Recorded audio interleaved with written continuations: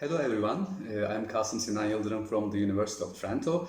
My research is mainly on embedded systems, in particular providing system support for transitive-powered batteryless devices that harvest energy from the ambient and that have extreme resource and energy constraints. Today, during this talk, I would like to summarize all recent works that enable intermittent computing on these devices, and I would like to talk about the runtimes we developed that facilitate intermittent application development. Apart from all recent work, I will also speculate on a future research direction by proposing a prospective energy scaling processor architecture for transitive-powered systems. Definitely, before getting started, I would like to acknowledge the universities that have been involved in these works: Delft University of Technology, Northwestern University, and Ege University. I also would like to give my collaborators credits for their substantial efforts spent on making these ideas real: Przemek, Vito, and Jasper from Delft University of Technology, Josiah and Abu Bakar from Northwestern University. So, why we are building transitive-powered or batteryless computers? We want a future where sensing devices are small and can run forever. Therefore, we want to deploy and forget about the maintenance of these devices. Achieving this goal with batteries is not feasible as of now. There are already several emerging batteryless platforms, for example, wireless identification and sensing platform WIZ, Flickr, and tech-to-tech backscatter node architectures. These platforms operate by relying only on ambient energy, such as solar or RF, and open an application space that has always seemed impractical. As an example, batteryless sensors can be embedded in pavement on roads and highways, and they can communicate with vehicles and maintenance workers. Small animal tracking, embedded wearables, and deployment in extreme environments, even in space, become possible.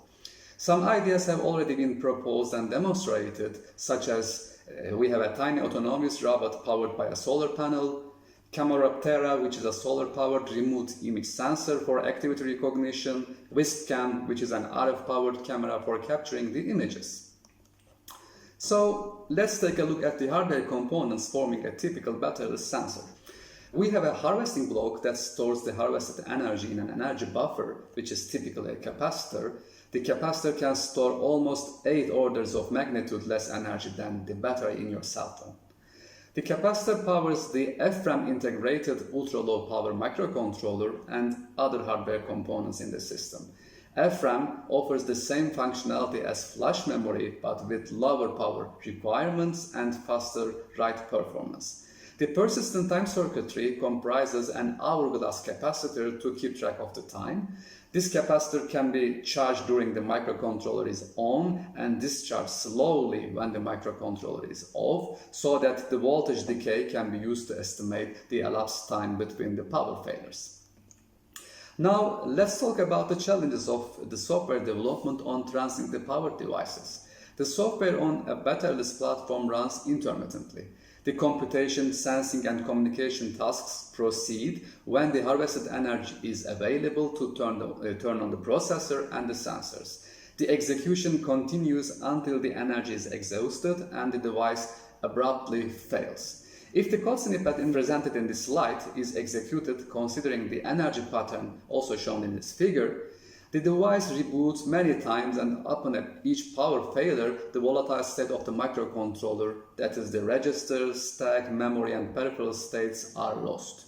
Once enough energy is harvested again, the program restarts back at main without providing any progress or useful outputs. So, a checkpointing system like Mementos can ensure the progress of computation by capturing the volatile state in FRAM. So, when the device reboots, the program continues from the last successful checkpoint state. However, checkpointing-based systems might introduce overhead that might exceed the stored energy in the capacitor.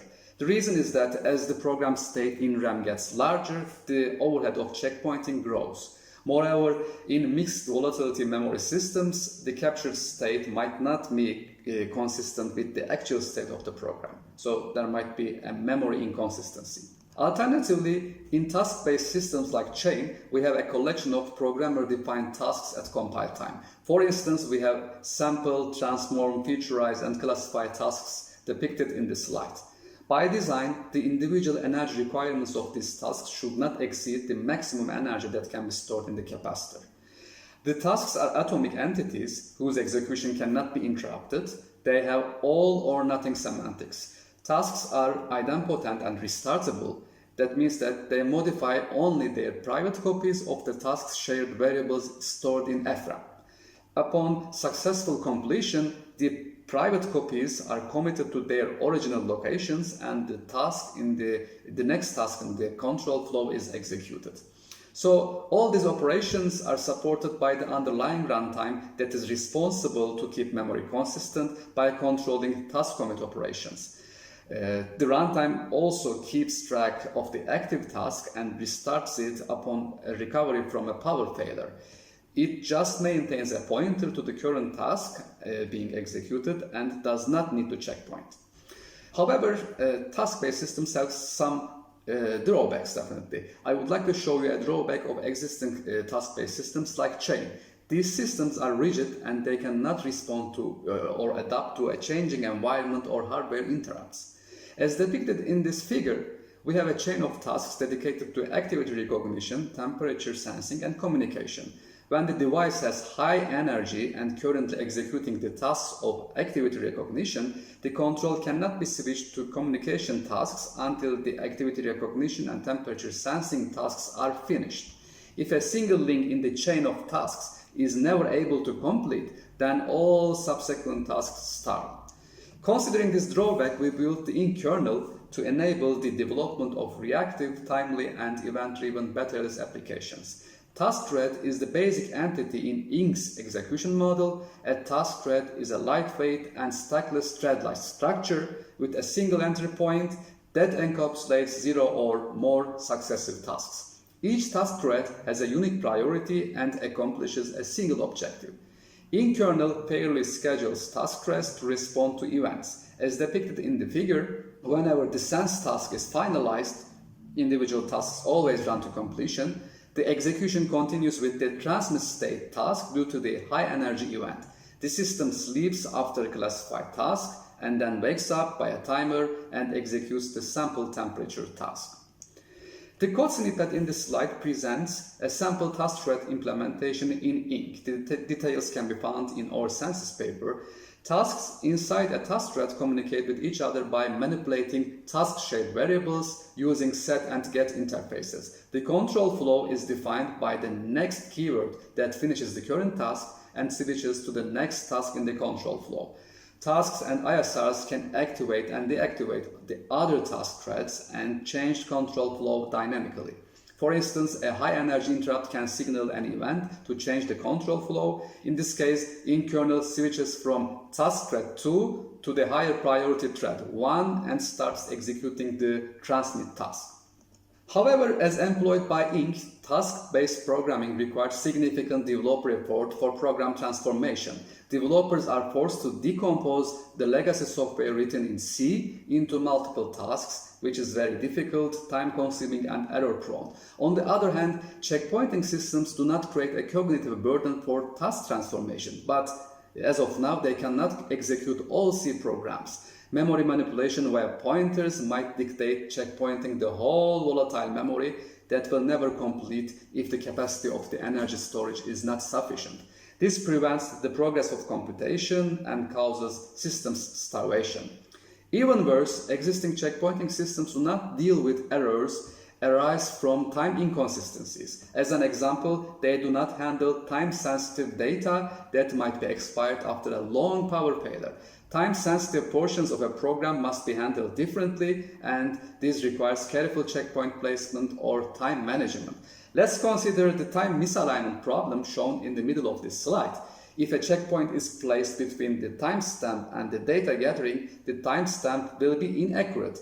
After a power failure, recovery at the checkpoint, the new data will be associated with the old timestamp, and this might cause an incorrect execution of the program. Considering these issues, we designed and implemented the TIX runtime. TIX provides the view of a continuously powered system to the programmer so that any legacy C code can be executed without any modification to the program source. Optionally, the programmer can perform a few modifications to annotate the code for defining timing constraints. TICS instruments the source code. First, timing annotations are processed and translated into C instructions. Second, global data and pointer manipulations are instrumented so that modifications to these variables can be tracked at runtime. The produced C file is compiled by our modified compiler that also instruments the code that will be linked with the TICS runtime. TICS runtime comprises memory management, timely execution, stack segmentation, and checkpoint components. Let's have a deeper look into the TICS runtime library. Our compiler instruments the function entries to enable stack segmentation. The program stack is kept in non-volatile memory, and via this stack segmentation mechanism, only the active stack segment is checkpointed. This reduces checkpointing overhead considerably and ensures scalable checkpoints. At runtime, TICS keeps track of the accesses to memory through global variables and pointers by employing an undo log mechanism. Using undo log, all modifications to the memory can be rolled back upon a power failure. TICS runtime can trigger timer-driven checkpoints.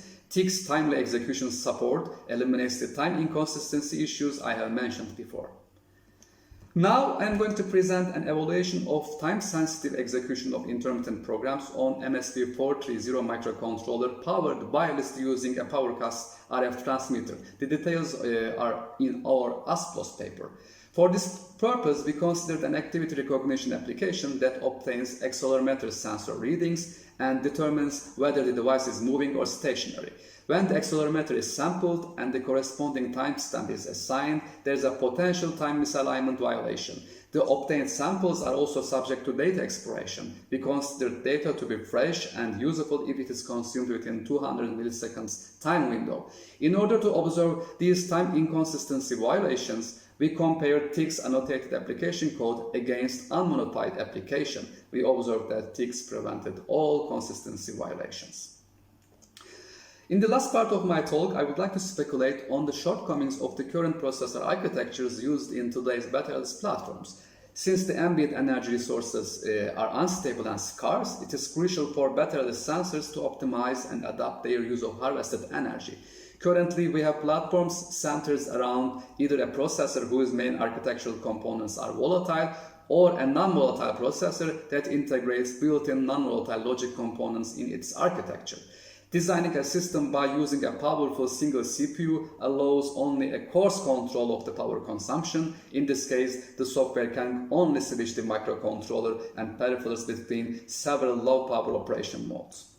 To this end, I would like to propose a new processor architecture that comprises an array of tiny processors. With this architecture, the energy consumption can be controlled in time by software via loading and unloading atomically executable tasks on each tiny processor. This provides a scalable, energy input responsive and fine-grained approach to intermittent execution. As an example, if the available environmental energy is high, many cores can be activated to execute tasks in parallel. In case of low energy availability, only the cores that are dedicated to the most critical tasks can be on and active. An implementation approach for these tiny processors can be done by employing a clockless architecture, for instance. This enables cores that can operate asynchronously without demanding an external clock and consume energy only when required. These cores can also be implemented as non-volatile to enable automatic progress after recovery from power failures. Apart from multi-core design and implementation challenges, we need a new energy-responsive programming model and runtime. The programming model should offer constructs to load and unload tasks to each individual core and to turn on and turn off each core. To conclude, I have presented our recent runtimes Inc. that enables reactive intermittent computing and TICS that facilitates timely execution of the legacy software. I have also speculated about a multi-core processor architecture that enables fine-grained control of energy consumption with respect to the energy input of the system.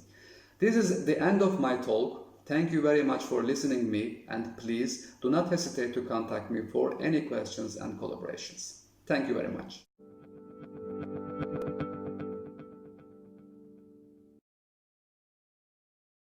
Good morning and good afternoon to those of us joining in a different time zone. Welcome to the ARM Research Summit. My name is Anand Sawan. It's my pleasure to introduce the first speaker of the day today, Dr. Kasim. Dr. Kasim received the PhD degree in computer engineering from the Ege University in Turkey. He's also carried out postdoctoral research at the University of Padova and the University of Technology at Delft. He's currently serving as an assistant professor at the Department of Computer Information Engineering and Computer Science at the University of Trento in Italy. Dr. Kasim, it's a pleasure to have you with us. The stage is all yours. Thank you very much for the introduction, and I will be really happy to get your questions.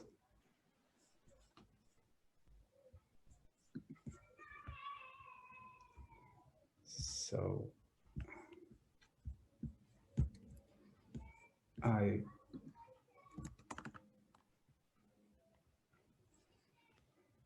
cannot get the questions. I think is it possible to deliver the questions? Yes, so we have one question that's just come in. So this is an anonymous question. The question says, does this approach increase the total energy? Okay, so maybe we can have two directions. Regarding my presentation, definitely I provided the software solutions, the runtimes that we presented, and in general, facilitate intermittent computing. So, of course, when the device is operating, there are power failures, and a portion of energy is spent for recovery operations, so that the computation progresses. So definitely, when the device runs continuously, the energy that it spends for its computation might be definitely lower than the energy that the device is operating under intermittent power.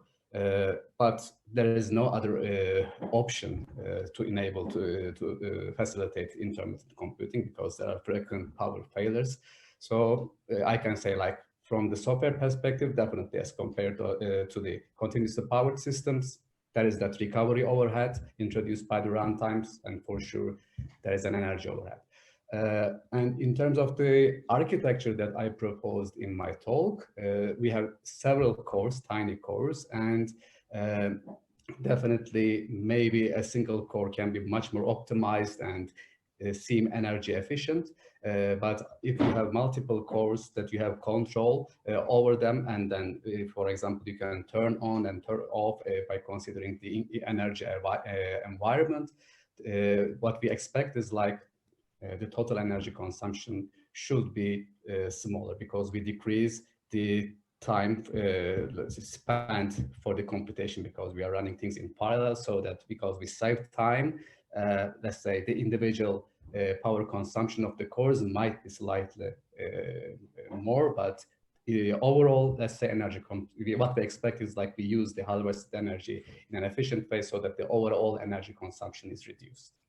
So that was the main idea. Thank you.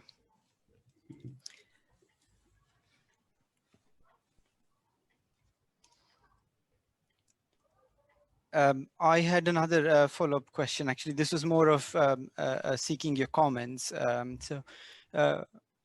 Do you have any comments on the security aspects of these devices, especially when they go into intermittent mode, if there are frequent power outages? What happens if there is some sort of security threat? How do these devices react? And have you had any work on that?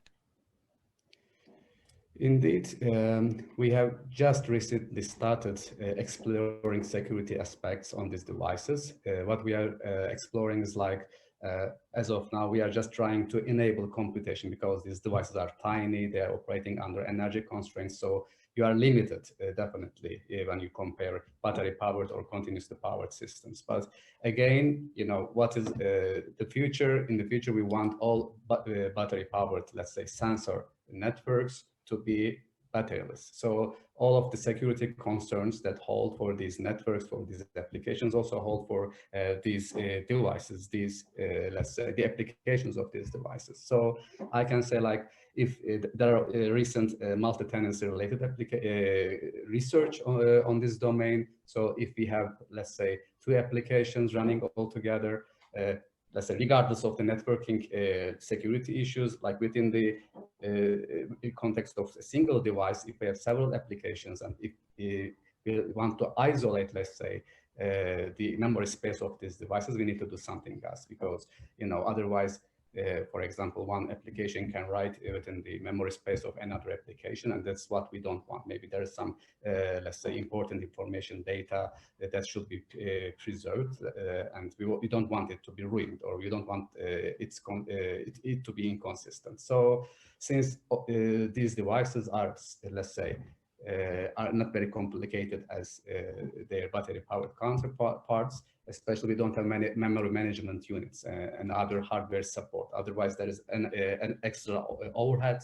And, you know, what we want is, like, we want to use it and harvest energy as efficient as possible, not to waste it for such purposes. So that's why, you know, that security concerns arise. But as I told at the beginning, you know, there are not so many work, as far as I know, towards security area, but I think in the future, in the following, let's say, period, we will be seeing many research on within the context of security. And what I expect is, like, all the concerns we have for embedded systems or the devices that have constraints, energy, computation, etc., all for these devices, these application space. Thank you, Dr. Kasim. Before I move on to the next question, I just wanted to remind our audience that there is a Slido button at the by the slide, so you can use that to ask questions if you want. So the next question I have on here is regarding the multi-core idea. It says, what kind of cores are you proposing? Most current platforms use minimal MSP 430 or a Cortex M0. Would these use even smaller cores? Can I get your question again? There was an interruption. Sure. So here the our user is asking, what kind of cores are you proposing for the multi-core idea? Because most of the platforms use a minimal MSP 430 or a Cortex M0. Are you proposing to use even smaller cores? Indeed, this is something that I'm inspired by the green arrays architecture. It is like there are several tiny cores, even limited cores, let's say. So with very tiny small cores, let's say, you can have a sort of computation, maybe not very complicated, but making them work in parallel, you can have a kind of strong computation capability and also full control over the energy consumption of this device. So if we consider, let's say, intermittently powered devices, we have a kind of research direction targeting non-volatile processors. In that direction, we are trying to introduce non-volatility within the microarchitecture of the processor so that we don't need software-based solutions. The hardware itself recovers the computation from where it left. So many logical components within the processor, it's like, should be designed in such a way that maybe you should directly use non-volatile logic elements, or you should insert non-volatile memory between, let's say, stages of pipeline, etc., so that you somehow let the computation continue from where it left despite power failures. So what I was trying to propose is, like, let's introduce tiny cores, let's say, as in green arrays architecture, but also let the architecture be non-volatile. What I mean is, like, you don't need, let's say, software assistance for the sake of intermittent computing, but the architecture itself does the recovery on behalf of you. But for such an architecture, let's say, you should provide, if you provide, let's say, several MSP 430 cores, maybe, you know, their individual energy consumption also cannot be controlled in a fine-grained way. So maybe, you know, we can have several tiny cores that have not so much capability as MSP 430 cores, but at least does some sort of computation. So literally, I'm proposing, like, using tiny cores, let's say, designed in particular to sustain the computation despite power failures, to enable a sort of computation, but you can have the power of several tiny cores altogether to give the power of a kind of single MSP 430, let's say. Thank you, Dr. Kasim. There are no further questions now. I think this was a great talk. Thank you very much for being with us, and also thanks to the audience for the questions. Thank you very much. I also thank you for listening my presentation, and I'm glad to have the questions and to be able to answer these questions. Thank you very much again. Thank you.